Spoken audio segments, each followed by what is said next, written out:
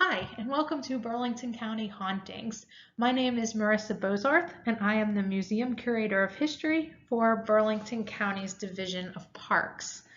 Today we're going to be going through three of our haunted locations that are owned and operated by Burlington County. The three locations we are going to be discussing today are the Burlington County Lyceum of History and Natural Sciences, which is located in Mount Holly, the historic Smithville Mansion, which is located in Smithville Park in East Hampton, and the historic Burlington County Prison Museum, which is also located in Mount Holly.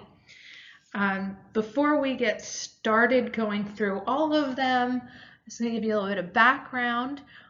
When we talk about any of the paranormal activity that has been reported at any of these locations, I always like to give some background on the history of the site, because otherwise the ghosts or who may be still wandering the halls don't really make sense. You need to know the history a little bit in order to put a name to what might be happening or who may still be there. So with that being said, we will begin with our first location, which is the Lyceum. Here you can see a photo of the building from about 1908, but the house itself was built in 1830 by James and Harriet Langstaff. James and Harriet were married that year and had this house built for them in Mount Holly. There you can see a census record also from their time in the house. They would both live here for their entire lives and raise their 4 children in the home. Their daughter would eventually inherit the house, and after her in the 1930s, a gentleman named Dr. Reamer and his wife and daughter, along with his sister-in-law and brother-in-law, would purchase the home and live here until 1957 when they sold it to the Mount Holly Library. It remained the library until about 2013 when Burlington County purchased the building, had it renovated, and it is now home to the County Lyceum of History and Natural Sciences. Everybody who ever resided in this home also passed away here. James, Harriet, and their daughter all passed away in the home, and all of their funerals were held in the home as well, in the front parlor. Dr. Reamer at one point was the county coroner, so he also held bodies in the basement while waiting for the funeral home. So who knows who could still be wandering the halls, but there have been some reports of paranormal activity. Here is our first example of paranormal activity in the Lyceum. This is a photo of what would have been the upstairs bedroom at the time that the Langstaffs and the Reamers were living in the home. You could see where the arrow is pointing. That photo is from the time that the home was used as the library. That is an image of what paranormal investigators call orbs. Orbs are supposed to be a way of a spirit showing itself. They typically appear as like a circle. Sometimes they have some color to them. Sometimes they're brighter than other times. They could be larger or smaller. A lot of that depends on how strong of an energy the spirit has. The brighter the orb, the more energy that spirit possesses. And sometimes you'll see them to appear sort of to be in motion, which we'll see an example of that later on. Other times they seem to just be sort of floating in midair, like the one that we see here. Orbs typically are not seen with the naked eye either. They are picked up on cameras, digital camera, video camera, so you won't see them as you're just wandering through the building. but they are a form of a spirit manifesting themselves. So being that this one is in the bedroom of the Langstaff home, could be that James or Harriet or even Dr. Reamer are still wandering the halls and hanging around their home. So our next example is also an orb, but you can see that it is much smaller, but it is a lot brighter. So it may have some more energy than the previous picture. This photo is taken from the stairwell of the home. You could see the first image is a picture of the stairs looking down from the 3rd floor. And we have that picture there because one of James Langstaff and Harriet Langstaff's granddaughters, named Cordelia, passed away in the home at the age of 11. She and a few other children were here visiting their grandparents and were playing on the steps. And unfortunately, she fell over the railing all the way through to the 1st floor and died from that fall. It killed her instantly. So this orb that you're looking at, could it be Cordelia? It's up by the stairs and it is small. It's possible that she is still wandering around the Lyceum as well. There have been stories from volunteers and guests to the building that anytime there is a children's program or event taking place, that they sense Cornelia's spirit, and it could be that she is trying to participate, trying to still live as if she was here on earth with us as a young child. So that leads us to our next location, which is historic Smithville. Smithville was purchased in 1865 by the two people you see here. This is Hezekiah Bradley Smith and his wife Agnes. They purchased the property in 1865 for their business. They had a woodworking machinery factory on the property that was very extensive. At one point, they were producing 2/3 of the world's woodworking machinery out of Smithville, and it became a company town. They had workers' homes, you can see in the photo there as well. The factory was there, obviously. They also had a farm complex, a company store, stables, and recreation. They provided a band, a baseball team. They had the creek and the lake right there. So everything that you possibly needed at Smithville was there for you if you happen to be an employee of the H.B. Smith Machine Company. This is their home. This is the Smithville Mansion. The mansion was built prior to the Smiths' arrival by the Shreves, who owned the property previously, but the Smiths would live here from 1865 until their death. Hezekiah would die in 1887, and Agnes unfortunately died a few years before him in 1881. And the mansion is supposed to be haunted by their spirits and maybe of some of the other people that used to reside in the home as well. This is an image of our Annex Gallery as it looks today. The Annex is now an art gallery, and it was an addition that was put on by Hezekiah. He built it as sort of his entertainment wing. It consisted of a dining room, bowling alley, billiard room, card room, and bar area. And like I said, today it is used as an art gallery. So the image of the spirit, you see there with the bright red arrow pointing up, is another orb. They're probably the most common images that paranormal investigators get at our facilities, but you can see it's a little bit larger than the ones from the Lyceum, but it's not really strong. It's pretty faint. You could see right through it. Seeing right through it is an indication that it isn't something hanging on the wall. It's not something physically there in the space. Probably something that shouldn't be there in a picture. Right? So it could potentially be a spirit. So who knows who it is? It could be Agnes still walking around. It could be Hezekiah. It could be one of Hezekiah's children.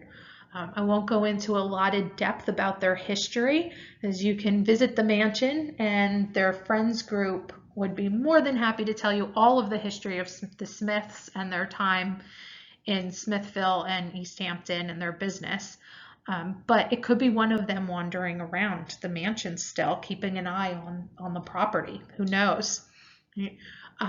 There's been a couple stories surrounding Smithville and the mansion and the grounds directly around it over time from people who work there, volunteer there.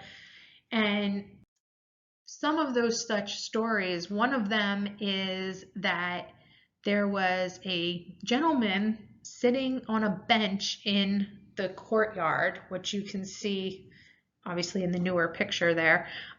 They were sitting in a bench out there, and a volunteer happened to walk by the windows and see this gentleman sitting on the bench. Thought nothing of it, and a while later walked back past and realized this guy hadn't moved yet. He's still sitting there. So they figured they better go check and make sure that everything was okay. He's been there for quite some time. And when they went down and got closer, they realized this person doesn't seem to fit. They appeared to look like a Civil War soldier. The drawing there is an illustration of what Civil War soldiers would have looked like. So they were wearing a full uniform and sitting on the bench, and she thought, well, that's not kind of normal. That's not something you see in the park every day. And she realized that he really isn't a live person sitting on the bench. She believes that she saw a Civil War ghost sitting on the bench in the park. And there were members of the Smith family who were in the military, and being that the property was an up and functioning property at the time of the Civil War and immediately after, who knows? There could have been people that were there that it did take place in the Civil War at some point in time. They could have resided there. One of the other stories from the mansion also revolves around the annex, which when you're looking at this photograph, the annex is the long skinny part of this picture is what you're looking at. But one evening there were programs going on in that area of the building, and when people were leaving, the employees went and they turned off all the lights, locked all the doors, set the alarms. And if you've ever been into the annex in the evening, when you turn off all of the lights, it gets dark.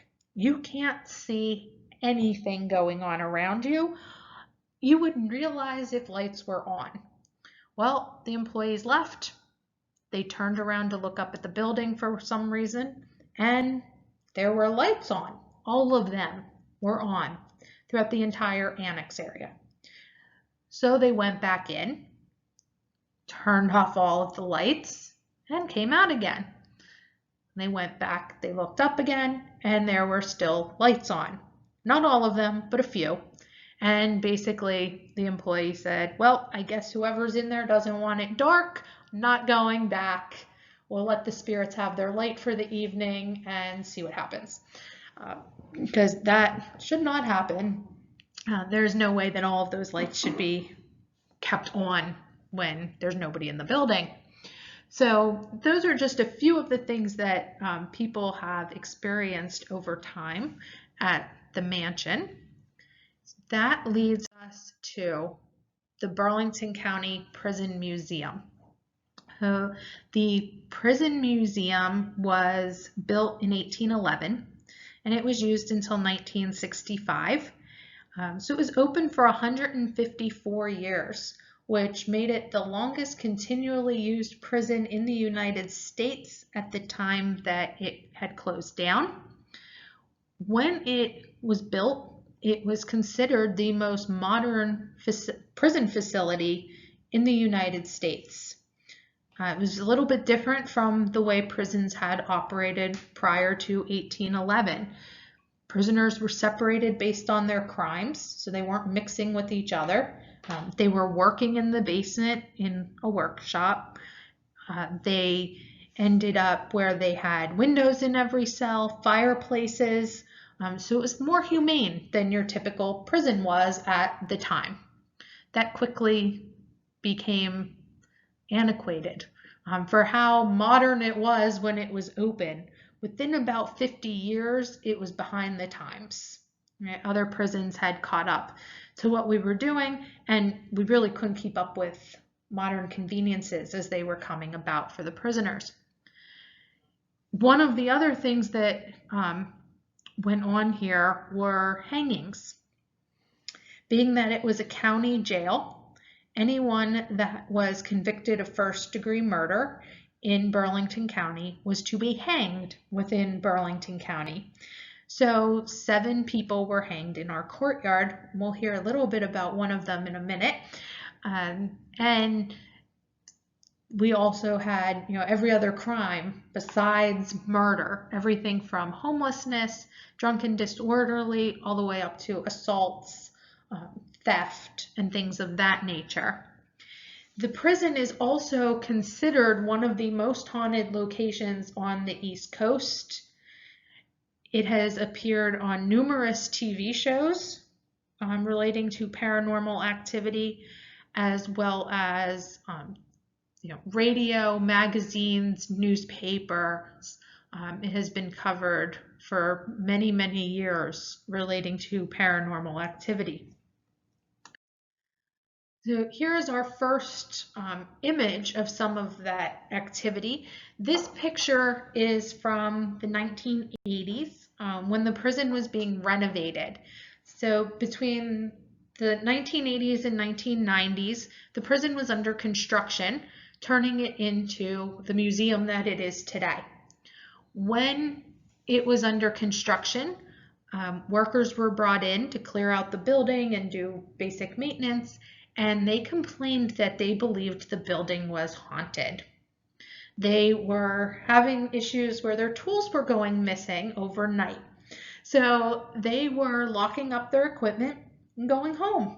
When they'd come back the next day, tools would be scattered around the building and moved all over the place.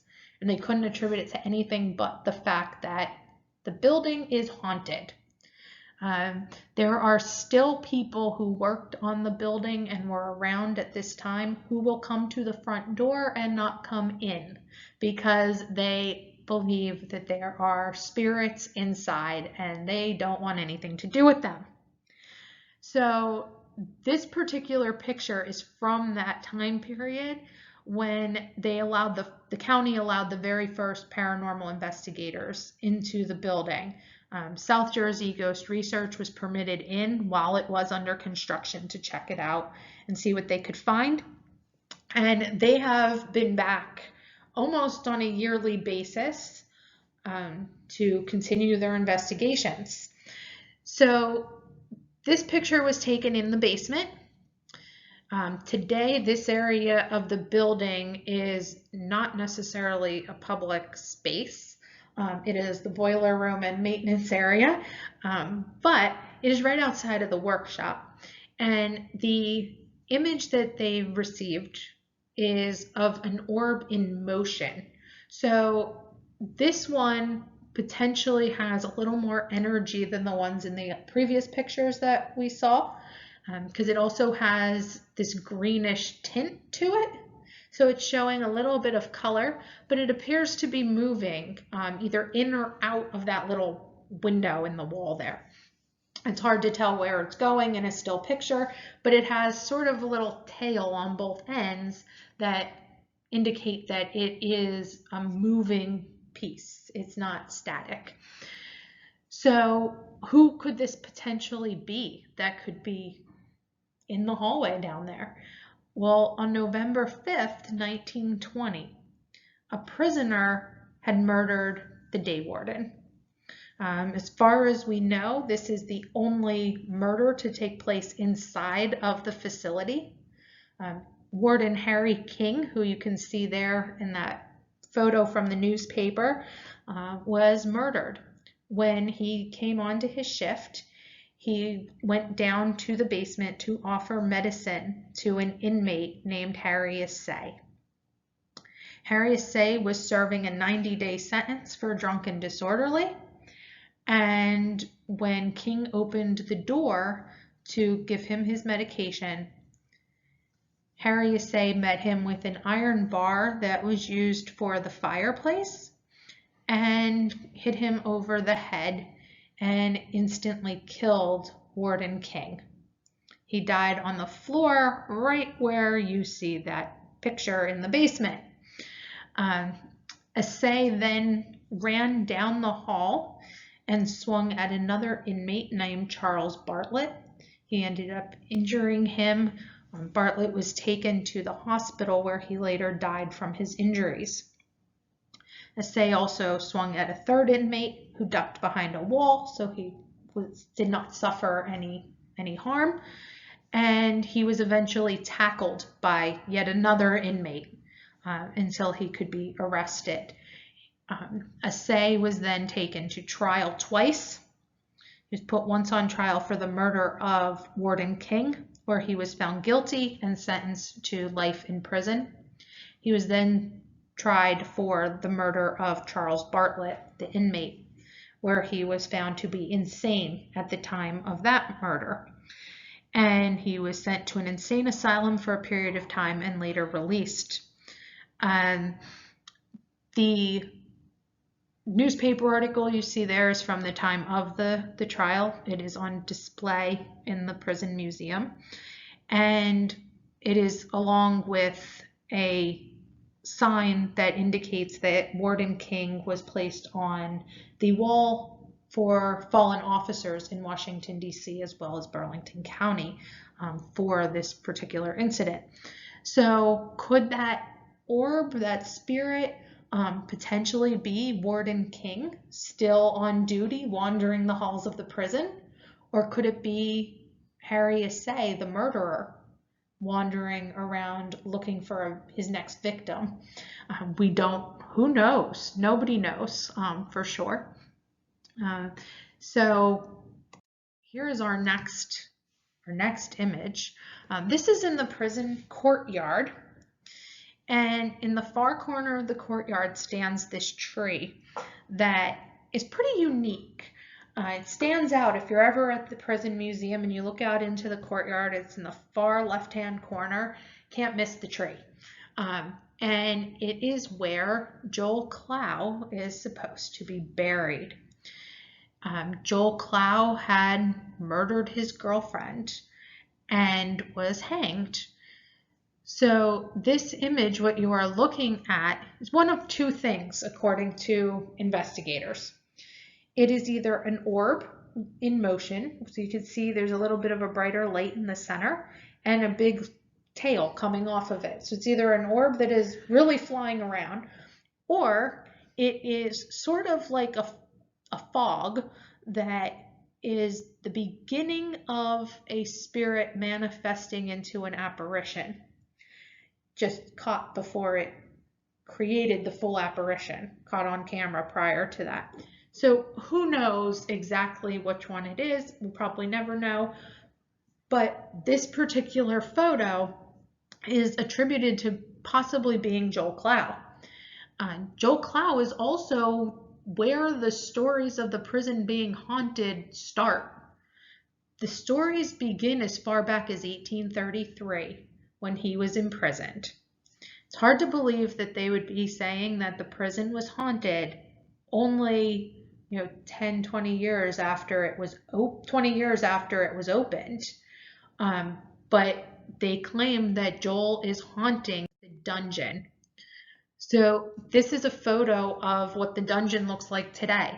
That is our mannequin sitting on the ground is exactly how Joel Clow would have been housed in the prison. The dungeon is on the second floor, right in the middle. It is the only cell without a fireplace. It has 2 doors, which is unique to the building as well. Very, very tiny window. And any prisoner that would have been held in there was chained to the floor by their ankle, just like our mannequin. So they could get up and walk around, but they wouldn't be able to get to the doorway because they were considered the worst criminal in the building. Mostly the murderers, that's where they would have been housed. So that is where Joel would have spent his last nights on Earth.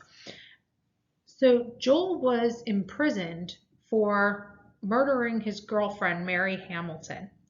The book you see there is his trial, sentence, confession, and execution. Was published by the county to be sold in local booksellers. There's several versions of this book out there.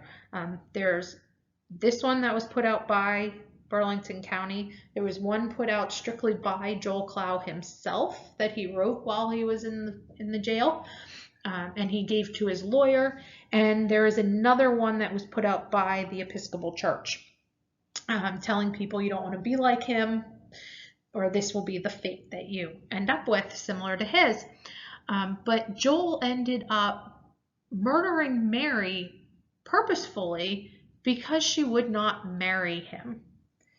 He was dating Mary Hamilton, who was a widow with a young daughter, and everything was going wonderfully until he would ask her to marry him and she would say no. So after several attempts at this, he decided to go to New York, where he was originally from, and try and forget about Mary. Well, that didn't work. He came back to Bordentown, where he was living with her in her mom's boarding house, and decided one last chance. When he returned to Bordentown, he was depressed. People said he did not act like himself. And he was very determined. He was either going to marry Mary Hamilton or they were both going to have to die. He was going to murder her and then commit suicide. So he feigned being ill. He laid in his room with a dagger in his hand, and he called Mary to his room. When Mary came in, he said, "Will you marry me?" And she said, "No." And she didn't just say, "I won't marry you." She said, "I am not getting married." Like, she had had enough of marriage. She was married once. She didn't want to do that again. But that wasn't good for Joel. So he rolled over and stabbed her in the chest multiple times. I believe he stabbed her approximately 8 times in the chest, where she died on her mother's living room floor. Joel ended up drinking laudanum, which was a type of poison. Someone that witnessed all of this ended up giving him an antidote, so he did not end up dying at that point. He was arrested. He confessed to the crime. He did not deny that he had killed Mary. He tried to justify it, but he did not deny that he did it. And he was eventually hanged in the summer of 1833. His hanging did not take place at the prison itself. He was moved to what at the time was the place of execution for Burlington County that is listed as being approximately 2 miles outside of Mount Holly. And based on the description, it appears to be in the vicinity of Marne Highway and the Mount Holly bypass in Hainesport today. So he was taken there and hanged in front of a fairly large crowd of a few thousand people. And following his execution, there was nobody to claim his body. He had murdered the only woman that ever cared about him. His mom had passed away. His dad had passed away when he was a young child. And his siblings wrote to him and said, "We will pray for you, but you're no longer our brother. We can't believe you did this." So what to do with Joel? So the warden decided he would be buried in the courtyard. So he is buried under our tree in the courtyard, where he supposedly still haunts the backyard and also the dungeon. So immediately after his execution, inmates and guards started claiming that they were hearing sounds coming from the cell, they were smelling cigarette smoke, and the chain would rattle on the floor, and they attribute it to Joel still sticking around the building. So our last image is going to be 3 pictures. These are the first 2 out of this that were all taken in very, very quick succession. So they were all done a few years ago by South Jersey Paranormal Research after many years of investigating the prison museum. For many years, they would sit on the stairwell and kept feeling like there was somebody on the other side of the steps. They'd go take pictures and there'd be nothing there. And this was the first time they captured an actual apparition in the building. So the green that you see in the picture is because they were using night vision cameras. That is what was causing that green image. What we are looking at in the very first picture is the image of or I should say the outline of a person. That person is not a living being. That person is our ghost. Okay? If you look very closely between the first picture and the second picture, you can see 3 little black dots kind of up on the wall. Well, where the ghost is standing, one of those black dots seems to go through their neck. Well, it's something on the wall. So if somebody was standing there, it would block that. You would not be able to see whatever's behind somebody through them. So that is our first image of this individual. The second picture, where you don't see anyone, is much closer. So they feel like they just happened to be a little too close. The person was out of frame. The third picture is this one. This is the third image in their sequence. When people look at the picture, they think the squiggly bright light is the ghost. It is not. The squiggly bright light is a reflection off of one of the cell doors. It is not what is the paranormal aspect to this photo. The paranormal piece is the outline of an individual. If you look closely on this side of the picture, you can make out a head, shoulders, and a torso. The interesting part about this person is they don't have a lower half. They seem to fade from the middle down, and you could see the window, which is in the hallway, directly behind them. You could see through half of their body, which, as you know, is not the way pictures work. You shouldn't be able to see that. So who knows who this person is? We'll probably never know who any of the spirits are. We could speculate based on the history of the building. We know who worked there. We know many of the inmates that were there. So we could always speculate as to who it is, but we'll probably never know.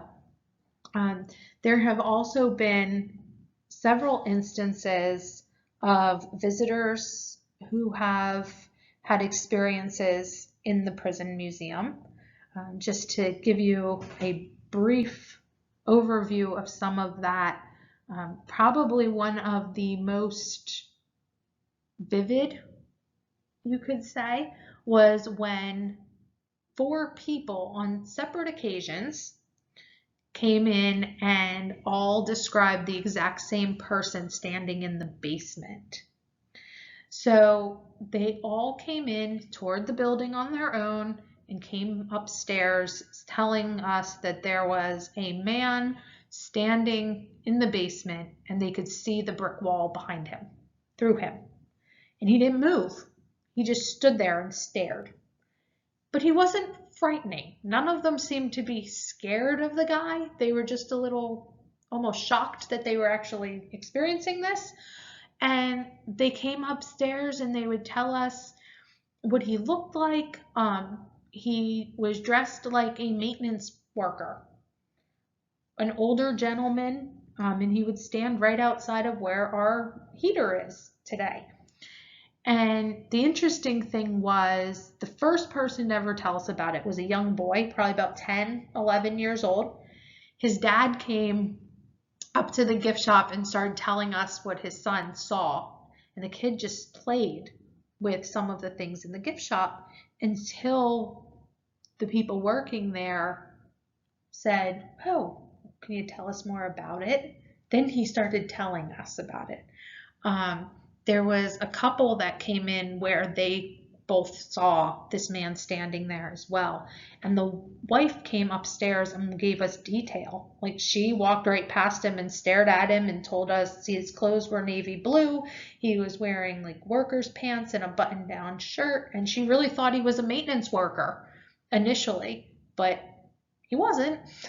And then we come to find out after telling this story to a few people that one of the guys who used to work on the boiler in the building when it was very, very first open and under construction had recently passed away.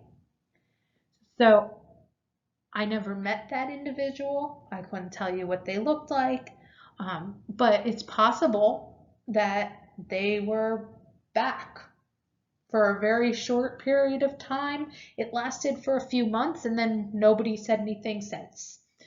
So that was an interesting story. Other things that have happened in the prison are people have heard footsteps. People have heard voices. One of the most interesting ones was during an investigation. There was a group sitting up on the 3rd floor, right around where this picture was taken. They had walkie-talkies sitting on the floor, and they started to hear noise coming through the walkie-talkie. The rest of their group was outside in the courtyard. So they radioed to them saying, "We can hear you. You're hitting the button accidentally." And they said, "We're not doing anything. We're not talking." And they're like, "Okay, well, we're hearing something." And they had it on a locked channel, so there shouldn't be anything coming through. So they started to record whatever was going on with the walkie-talkie. They put it on a voice recorder, and while they were recording it, they said, "Who was there? Can you tell us who you are?" The standard questions that paranormal groups tend to ask. And they all of a sudden heard a little boy come through the walkie-talkie very excitedly saying, "Mom, they can hear me." And they said, "Hello?" And they were like, and he said, "They can hear me." But every time they asked a question, he never answered, but he just kept saying, "Mom, they can hear me. They can hear me." So they think it was a spirit coming through. Didn't realize that anybody would actually be able to hear him. But they were. Other things that have happened are, people have heard keys rattling, and oftentimes people just explain that they have gotten kind of an uneasy feeling. They feel like somebody's watching them from around the corner. You feel like somebody's following right behind you down the hallway when you know there's nobody there. Things like that. You just really feel like you're just not alone in the building. So they are the 3 main places that Burlington County owns that are haunted or have haunted stories associated with them. You can visit all of them and see for yourself. Talk to the tour guides, talk to those that are working there, see what experiences maybe some of them have had, and see if you experience any of it for yourself. Here you can find all of their hours. So Prison Museum in the Lyceum are both open right now, Tuesday and Saturday from 10 a.m. to 4 p.m. And the Smithville Mansion is open Wednesday from 10 to 4 and Sunday from 12 to 4 by appointment. So please come visit, see if you experience anything, share your stories with us. If you've had your own experience at any of our locations, we'd always love to hear them. They're fascinating. So please share all of your stories, and we hope to see you soon at some of our buildings.